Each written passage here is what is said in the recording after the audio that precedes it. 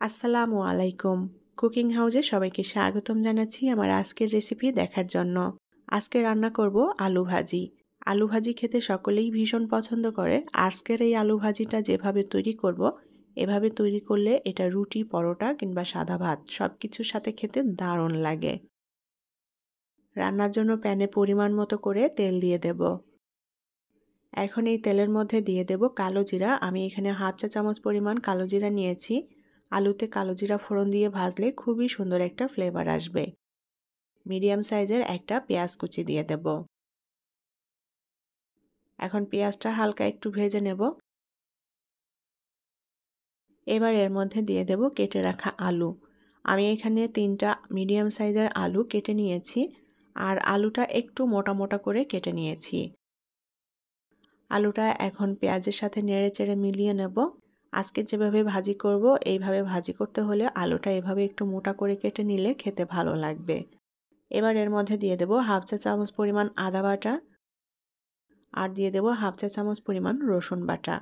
রসুনটা এখানে কুচি করে দিলেও হবে, আমার বাটা ছিল যার কারণে বাটাটাই দিয়ে দিলাম। আদা রসুন দিয়ে সুন্দর করে নেড়েচেড়ে মিলিয়ে নিয়ে আরও কিছুক্ষণ আলুটা ভেজে নেব। অল্প আঁচে ভেজে নিতে হবে যাতে আলুটা সুন্দর মতো সেদ্ধ হয়ে যায়।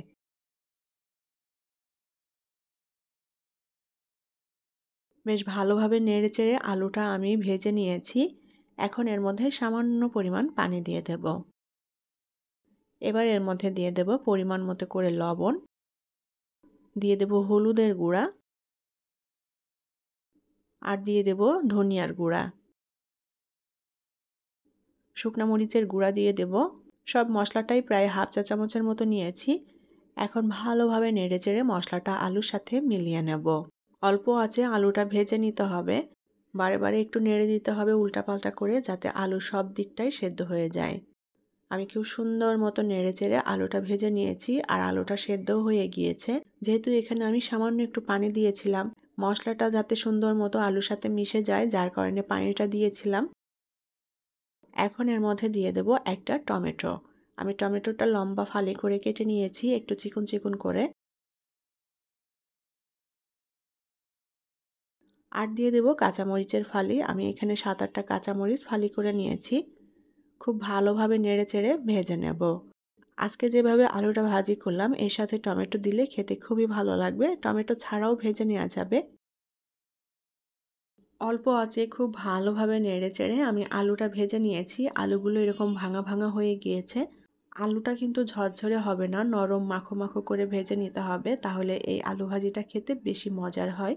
আলুটা ভাজা হয়ে গিয়েছে। এখন আলুটা আমি নামিয়ে নেব। আর নামিয়ে নেওয়ার আগে আমি এর উপর দিয়ে কিছু ধনেপাতা কুচি দিয়ে দেব। ধনেপাতা কুচি দিয়ে ভালোভাবে নেড়েচেড়ে মিলিয়ে নেব। আরও 1 মিনিটের মতো আমি সুন্দরভাবে নেড়েচেড়ে আলুটা ভেজে নিয়েছি। আলু ভাজা পুরোপুরি কমপ্লিট। এখন এটা নামিয়ে পরিবেশন করব। তৈরি হয়ে গেল ভীষণ মজাদার এবং টেস্টি আলু ভাজা। এই আলু ভাজাটা রুটি, পরোটা, সাদা ভাত সব কিছুর সাথে খেতে দারুণ লাগে।